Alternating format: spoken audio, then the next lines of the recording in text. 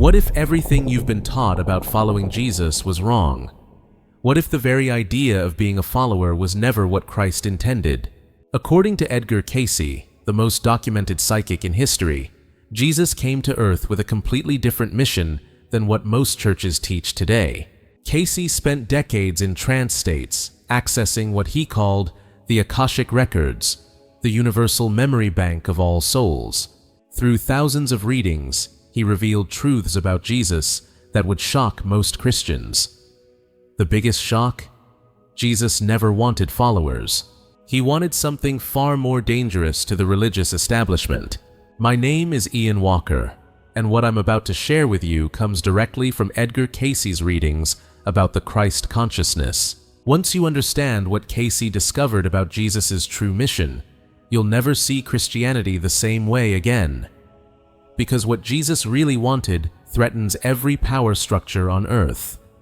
Chapter 1. What Edgar Cayce saw about Jesus' real mission. According to Cayce, when Jesus walked the earth, he wasn't trying to start a new religion. He wasn't trying to gather people who would worship him for eternity. Cayce explains that Jesus came to awaken humanity to a truth so powerful that religious leaders have spent 2,000 years trying to hide it. In reading after reading, Cayce revealed that Jesus came to show every human being that they possess the same divine consciousness he did, the same power, the same connection to the Father, the same ability to heal, to love, and to know God directly. Cayce tells us that when Jesus said, "Follow me," he wasn't asking for blind obedience.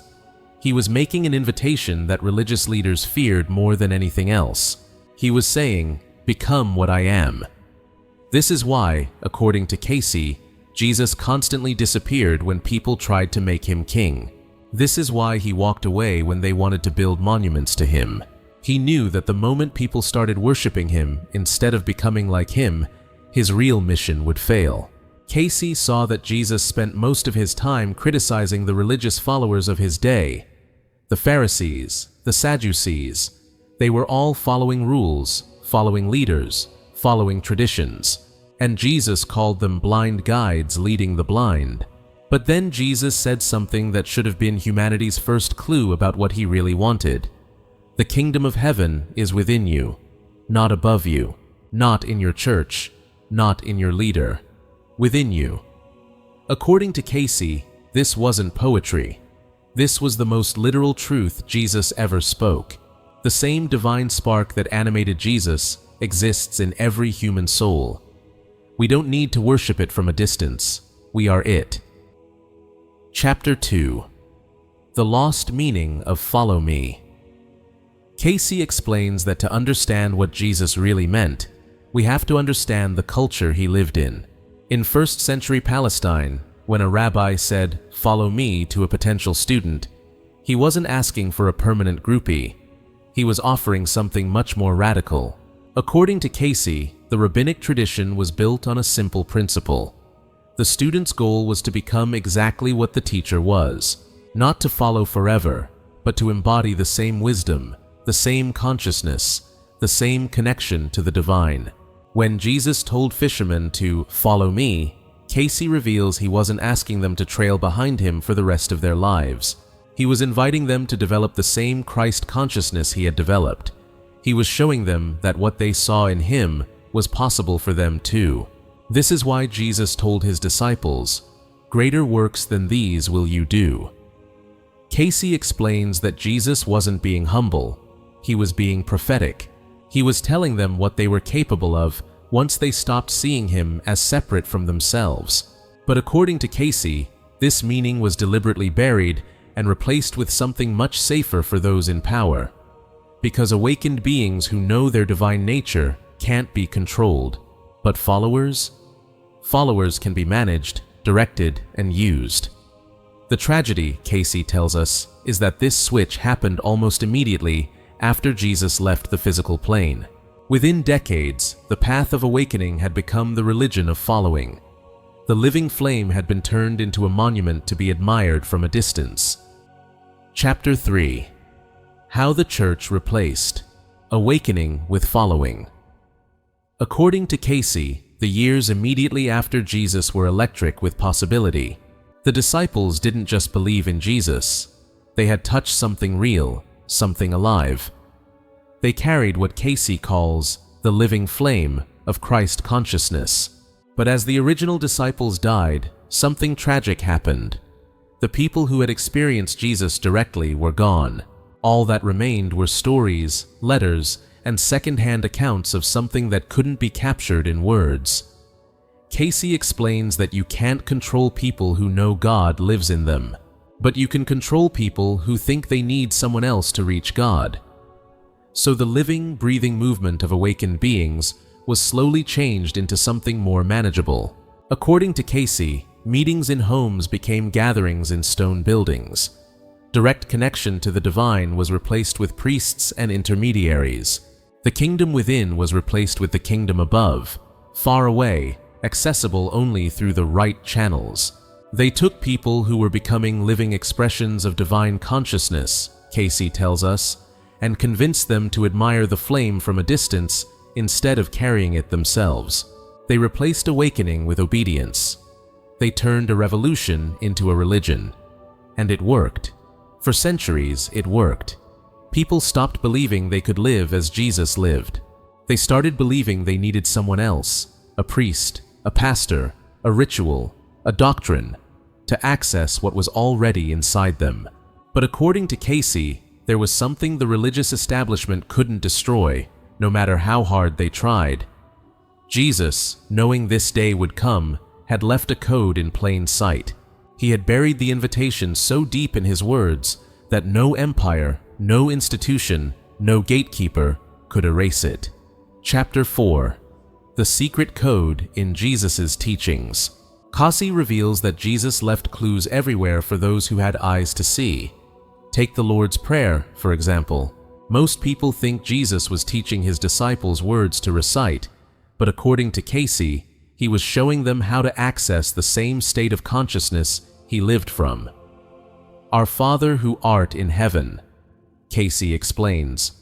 This was teaching them to recognize their divine origin. Thy kingdom come, thy will be done on earth as it is in heaven. This was showing them how to embody heaven on earth, right here, right now. But the most revealing part, according to Cayce, was when Jesus told them to pray in secret. Why secret? Because what he was teaching wasn't religious performance, it was inner awakening. He was showing them how to access the same divine consciousness he accessed. Cayce tells us that even Jesus' closest disciples didn't fully understand this at first. It took the most traumatic event of their lives, the crucifixion, to wake them up to what Jesus had been trying to tell them all along. According to Cayce, when Jesus appeared to them after the resurrection, he wasn't coming back to say, "See, I told you I was special, worship me now." He was demonstrating what human beings are capable of when they fully awaken to their divine nature. When Jesus walked through walls, when he appeared in locked rooms, when he showed them his wounds and ate fish with them, Cayce explains he wasn't showing off. He was proving that what they thought was unique to him wasn't unique at all. Death itself could be overcome by awakened consciousness.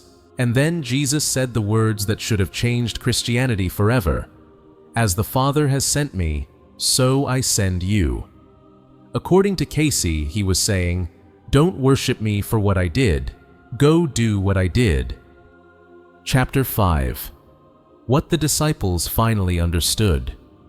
According to Cayce, this was the moment everything clicked for the original disciples. They finally understood what "follow me" really meant. Jesus wasn't calling them to be permanent followers. He was calling them to become living expressions of the same divine consciousness he embodied. Cayce explains that the resurrection wasn't about one man coming back to life. It was about the life in all of us waking up. It was about recognizing that what we thought was separate from us was actually our deepest identity. This is why Paul could say, "It's not I who live, but Christ who lives in me." According to Cayce, Paul had awakened to the truth that Christ consciousness wasn't something outside of him. It was his own true nature expressing itself.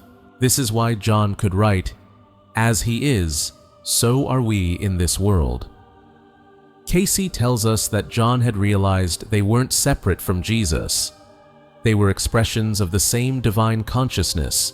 For the first time, according to Cayce, the disciples stopped seeing Jesus as someone else and started recognizing Christ as their own deepest identity. They weren't followers anymore. They were embodiments of the same divine love that had walked among them in human form. But even this understanding was dangerous to those in power. According to Cayce, within a generation, this truth was being erased again. The living path was being turned back into a religion. The awakening was being replaced with worship of a distant savior. Chapter 6. How your divinity was hidden from you. Cayce explains that by the time Christianity became the official religion of Rome, most of the original disciples were dead. The people who had actually experienced Jesus as a living presence were gone.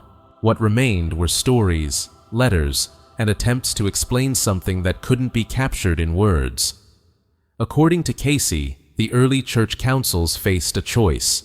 They could preserve the original message that every human being has direct access to divine consciousness, or they could create a manageable institution that could control the masses. They chose control. Cayce tells us they took the living flame and made it into a statue. They took the path of awakening and made it into a system of beliefs. They took the invitation to become and turned it into a command to worship from a distance. Why? Because according to Cayce, awakened beings can't be controlled. Awakened beings don't need permission to connect with God. They don't need priests to interpret scripture. They don't need institutions to validate their spiritual experiences. So they convinced people that Jesus was special, unique, the only one who could embody divine consciousness. According to Cayce, this was the greatest lie ever told. They made people believe it would be blasphemous to claim they had the same relationship with the divine that Jesus had. And it worked so well that even today, 2,000 years later, most Christians think it would be arrogant to say, "I and the Father are one." Most Christians have been taught to worship Jesus instead of becoming what Jesus was. But according to Cayce, there's something they couldn't destroy, no matter how hard they tried. The code, the original invitation, the real meaning embedded in Jesus' words. Because truth, Cayce tells us, has a way of surviving. Light has a way of breaking through even the thickest darkness. Chapter 7. Your invitation to awaken. So, what did Jesus really want, according to Edgar Cayce? What was the point of everything he taught, everything he demonstrated, everything he suffered to show us? Cayce explains that Jesus wanted mirrors, living reflections of awakened consciousness walking the earth. He wanted human beings who knew they were divine beings, having a human experience. He wanted people who would look at his life and say, "If he could do it, so can I." When Jesus said, "Follow me," Cayce tells us he meant, walk the same path I walked, access the same consciousness I accessed, embody the same love I embodied, become what I became. According to Cayce, Jesus didn't want followers, he wanted equals. He didn't want worshippers. He wanted awakened beings. He didn't want a church. He wanted a world full of people who knew they were temples of the living God. This is what Jesus meant, according to Cayce, when he said, "Greater works than these will you do." He wasn't being modest. He was being prophetic. He was seeing a future where millions of human beings would awaken to their divine nature and change the world through love, compassion, and awakened action. Cayce tells us that the same consciousness that flowed through Jesus of Nazareth is flowing through you right now. You are not separate from it. You are it. The divine spark that animated the Christ lives in your heart at this very moment. According to Cayce, Jesus didn't come to start a religion about himself. He came to wake you up to what you are. He came to remind you that the kingdom of heaven isn't a place you go when you die. It's a consciousness you can embody right now. Chapter 8. The Christ consciousness within you. Cayce explains that you don't need to be saved from hell. You need to wake up from the illusion that you're separate from heaven. The same divine essence that expressed as Jesus is expressing as you right now, in this moment. According to Cayce, this is what the world is waiting for. Not more followers, not more believers, but awakened beings who know who they are and live from that truth. Cayce tells us that the second coming isn't Jesus returning in the clouds. It's Christ consciousness awakening in human hearts everywhere. It's you remembering what you've always been. It's you becoming what Jesus always knew you could become.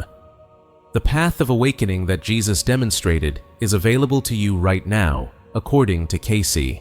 You don't need permission from any church or priest or pastor. You don't need to wait until you die to experience the kingdom of heaven. It's within you, waiting to be recognized.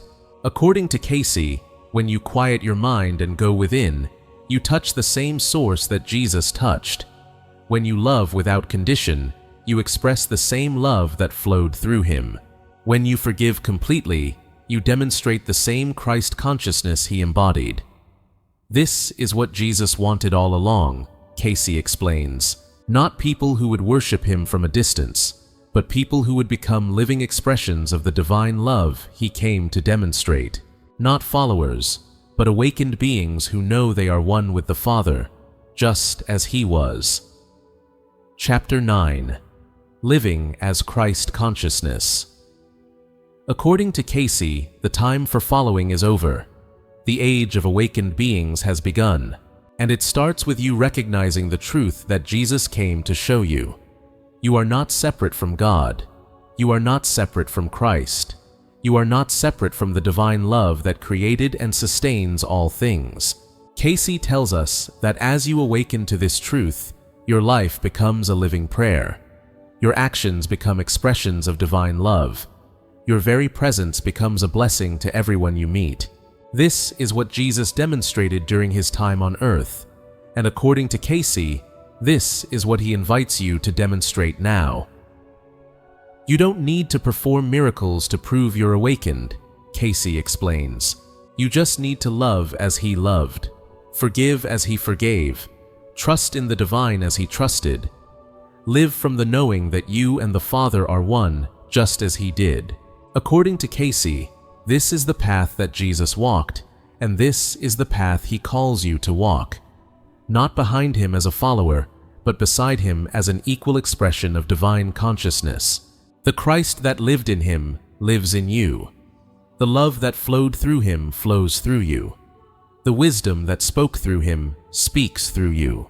The only difference, Cayce tells us, is that Jesus remembered who he was, and you are in the process of remembering who you are. But the truth remains the same. You are a divine being having a human experience, and your purpose is to let that divinity shine through every aspect of your life. This is what Jesus wanted. This is what he died to show you. And this is what Edgar Cayce spent his life helping people remember. The kingdom of heaven is within you, and it's time to let it shine.